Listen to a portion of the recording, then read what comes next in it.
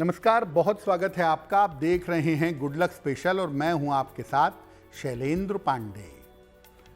बात करेंगे आज आंशिक सूर्य ग्रहण की। 21 सितंबर को आंशिक सूर्य ग्रहण लग रहा है और ये आंशिक सूर्य ग्रहण देश और दुनिया पर कैसा प्रभाव पैदा करेगा, इस सूर्य ग्रहण की सावधानियां और नियम क्या हैं, अलग अलग राशियों पर ये सूर्य ग्रहण कितने समय तक कैसा प्रभाव डालेगा, आज इस विषय पर बात करेंगे।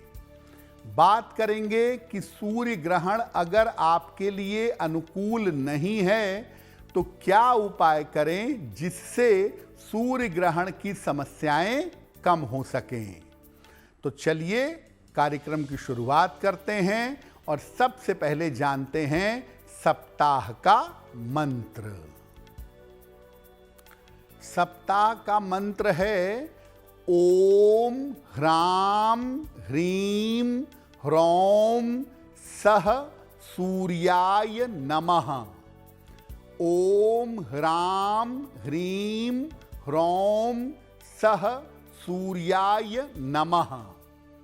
भगवान सूर्य का तांत्रिक मंत्र है और अगर जीवन में सूर्य से संबंधित कोई भी समस्या है तो इस मंत्र का नित्य प्रातः जप करना चाहिए।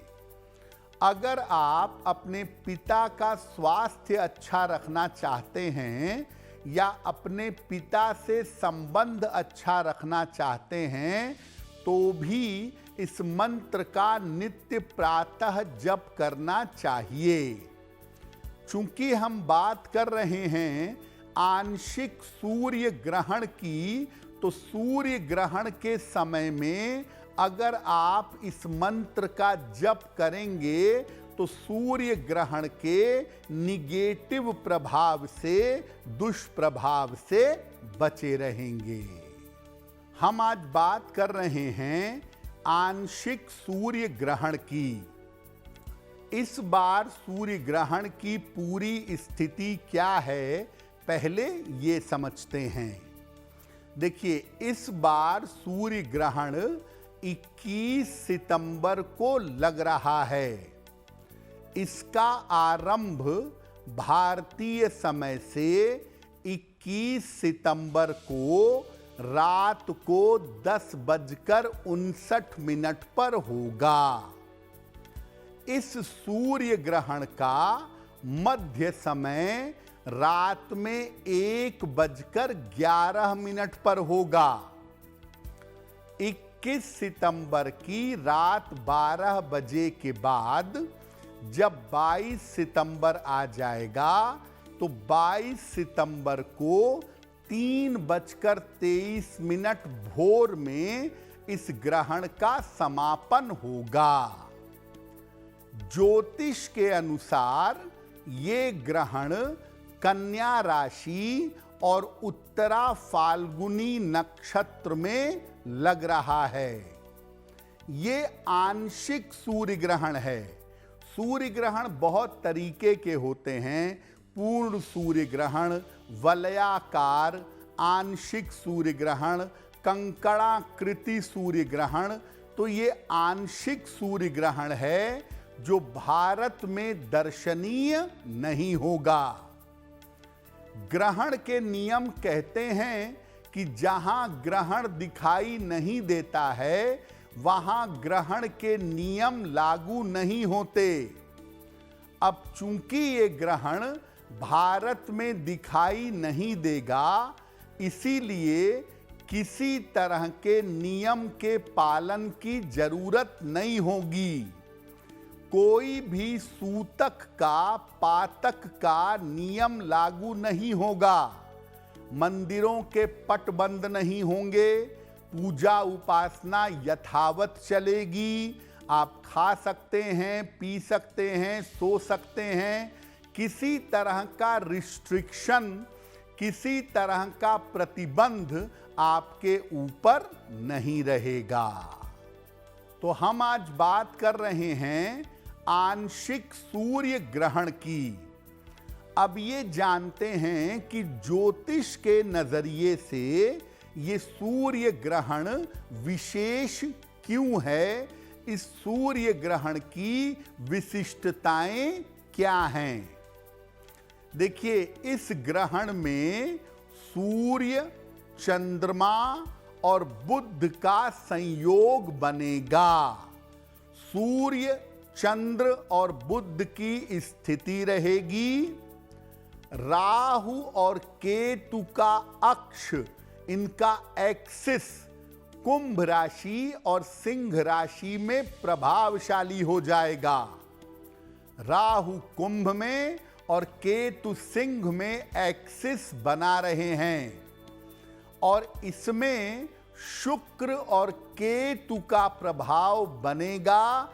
शुक्र केतु का इंपैक्ट भी, इसका प्रभाव भी ग्रहण के साथ आएगा। सूर्य ग्रहण, सूर्य राजनीति का स्वामी है, सूर्य शासन का, सत्ता का स्वामी है। इसीलिए ये स्थिति दुनिया भर में राजनैतिक रूप से भयंकर उथल पुथल मचा सकता है। कन्या राशि, उत्तरा फाल्गुनी नक्षत्र और उसमें लगता हुआ सूर्य ग्रहण दुनिया भर की राजनीति में बड़े सारे परिवर्तन कर सकता है। कन्या राशि जो है वो पैसे की राशि है, वित्त की राशि है, पैसा बचाने की राशि है, मार्केट की राशि है। इसलिए शेयर बाजार और दुनिया भर की आर्थिक स्थिति हिल सकती है। कुंभ और सिंह राशि इसमें ज्यादा प्रभावित होंगे और इसके बाद कन्या राशि का प्रभाव होगा। विश्व भर में राजनैतिक परिवर्तन के संकेत मिल रहे हैं।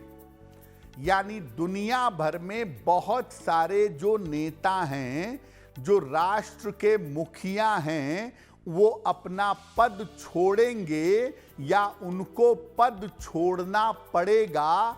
ऐसी नौबत आने वाले समय में दिख सकती है।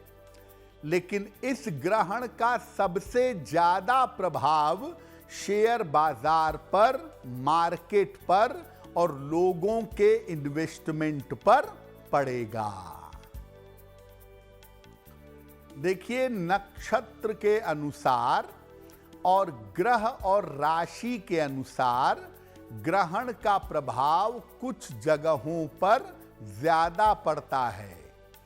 पूरा प्रभाव पूरी दुनिया में पड़ता है, लेकिन कुछ जगहों पर ग्रहण का प्रभाव ज्यादा होता है।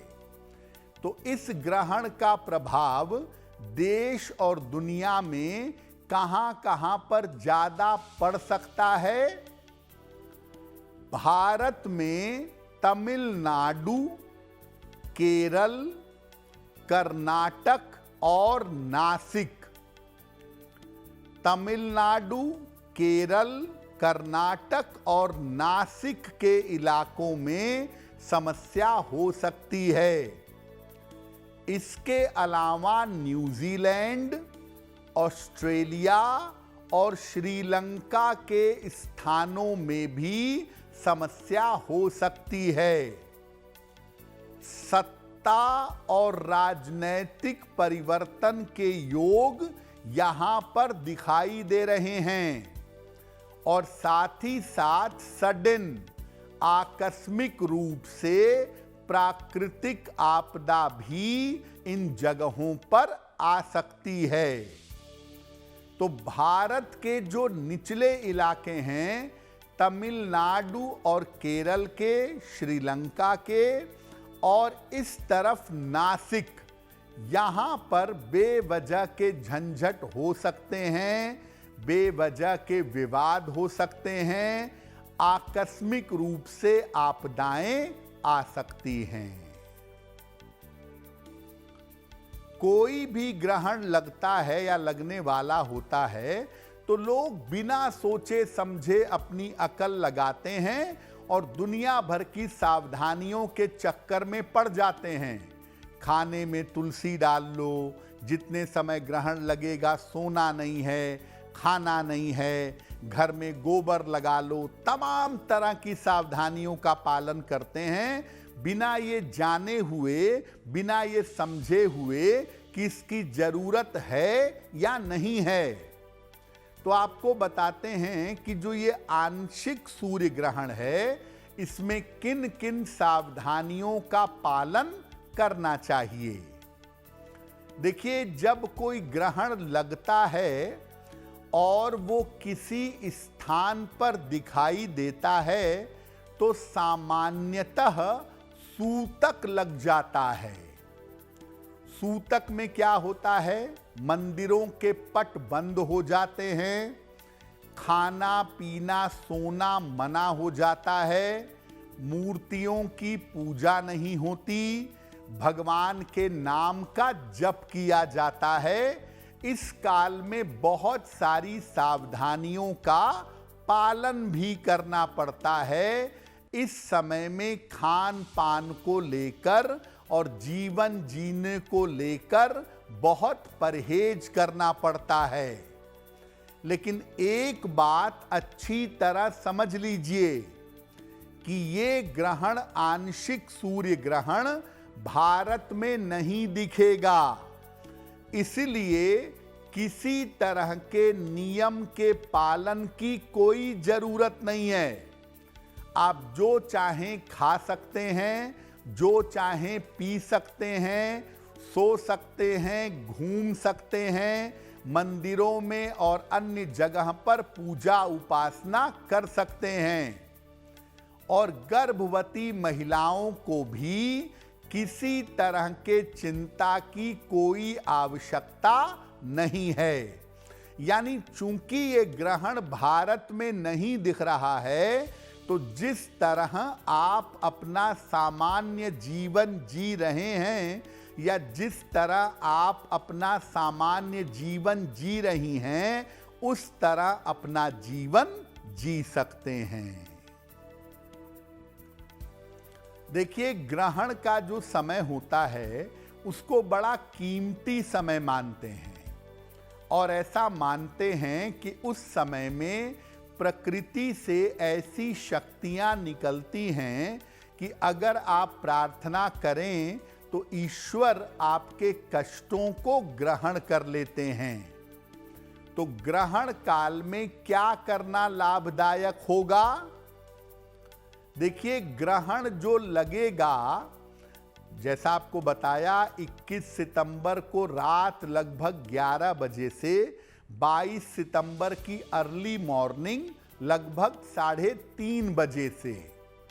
तो इस समय में आप मंत्र जप कर सकते हैं, स्तुति कर सकते हैं, ध्यान कर सकते हैं, वो आपके लिए लाभकारी होगा।